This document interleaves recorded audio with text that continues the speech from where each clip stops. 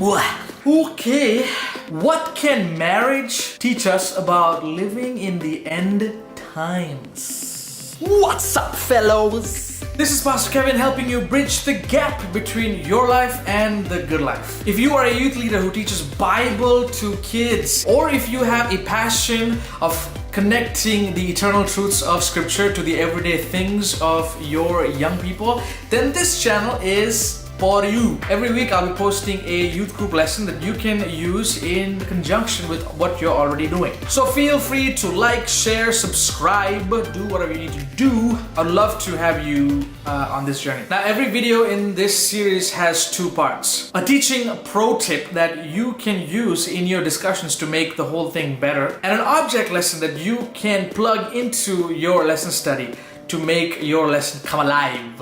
Now this video is made keeping in Now this video is designed to complement the study guide mentioned in the description below. So feel free to check it out if you want a more fleshed out version of some of the core ideas presented in this video today. Alright, let's go. Pro tip. So here's your pro tip for today. Plan ahead. Hey, I think the saying is true. If you fail to plan, you plan to fail. What this means to me as a youth pastor is that if I fail to plan ahead, then I will end up doing last minute things. And last minute things are not so fun to do. It'll stress you out. You're trying to figure out who's gonna do what. It's just a mess, man. It's just a mess. So I try to plan all 4 weeks of lesson studies well in advance. Try being the operative word. And if I plan ahead, it also frees me up to spend more time with my youth during the week. Planning a month in advance, at least a month in advance, helps me to kind of be more creative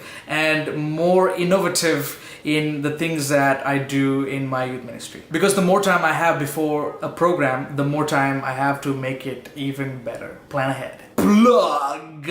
Okay, so here's something that you may or may not know about moi. I am married! Married! Look at this! Look at this! Actually, I don't know if you see this, but like my ring is broken. It's like this tungsten and wood thing. It's super annoying. Oh, I can't put it back. It's like I have 2 rings now. Oof. Okay, stay. This is not a reflection of my marriage, by the way. It's pretty solid. So my wife and I got married more than a year ago. Wow, that's crazy. Marriage is awesome and wonderful and amazing and painful and challenging and expensive. Like, I don't know how people afford kids. Okay, here's the thing. We are not having kids. Psych! You know, I think we'll have kids. I think kids will be nice. But I need to take care of myself first. Anywhoosies. So a question that some of my youth ask me occasionally is, Pastor Kevin, how do I prepare for marriage? And that's a great question. And the first thing that I usually tell them is, eat tacos.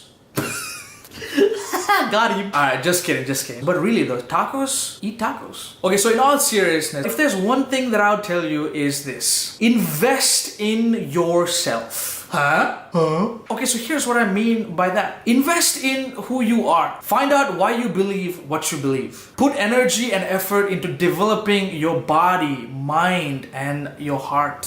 Design structures and boundaries for your life that can keep you focused in this hyper-distracted world. Learn about God. Learn about yourself. Learn about other people. Like, do whatever you can for yourself today so that the future you can be like, bro, thank you. Yo, thank you. So at this point, someone else might ask, but Pastor Kevin, what do I do about my wife? What do I do about my husband? What about the other person, this person that I'm looking for? Yeah, what about them? Because here's the thing, the best gift that you can give your future spouse is an investment in yourself. As a matter of fact, one of my favorite authors, Andy Stanley, says this: be the person you're looking for is looking for. Deep. So yeah, invest in yourself. And here's the thing, the preparation for marriage is not a one-time event. It's not something that you do when you get engaged, right? It's not something that you just do when you see certain things happening in a relationship. No, it is a lifelong process. You know, I wish I had prepared for myself way before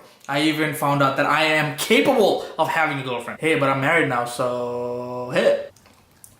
What are you doing? So weird. And preparation is not a sprint. It's a marathon, right? And so keep running, do you. And as you run towards your goals, as you run towards your sense of calling and your fulfillment, right? As you run towards God, it's only a matter of time when you see from the corner of your eye someone who is actually keeping up with you. And when that person who's next to you and is running and they, look nice and they have a conversation with you, you just introduce yourself to them.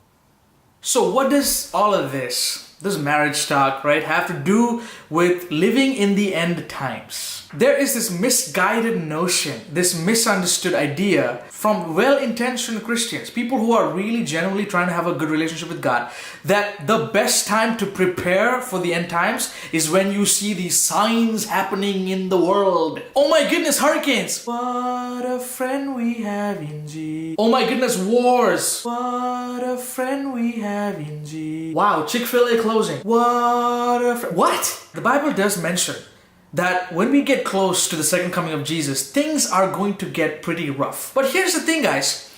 Jesus says here in this chapter in Matthew that when you see these signs happening, these are just the beginning of birth pains. In other words, when you see all these signs happening, it doesn't mean that, oh wow, now tomorrow, the next day, Jesus is going to come. He just says that when these signs come, it's just the beginning of the end. Just like the preparation for marriage, the preparation for the end times is now. The best time was 20 years ago, but the next best time is now. The investment in yourself and your relationship with God begins now. So here are some questions that you can ask yourselves when it comes to your relationship with God. What do you believe about Jesus? Is Jesus simply a part of your life, or is he the foundation for your life? Is he just one item in your to-do list, or is he the basic paper or the context in which all your to-do lists are arranged? If he were to show up in the next hour, knocking on your door, literally he shows up, would you recognize him? Would you even want to hang out with him? What is your idea of Jesus today? Friend, the extent to which you have clarity for these questions is the extent to which you are going to be ready. Your embrace of Jesus today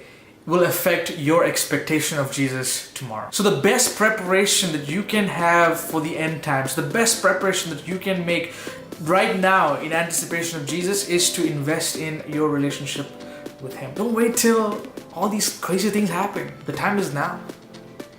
Time is now. That is what marriage taught me about living in the end times. Okay, that's it, folks. If you enjoy this content, please feel free to like, share, subscribe, do whatever you need to do. Every week I'll be posting a video connecting eternal truths to everyday things. This is Pastor Kevin signing out, helping you bridge the gap between your life and the good life. Take care and God bless.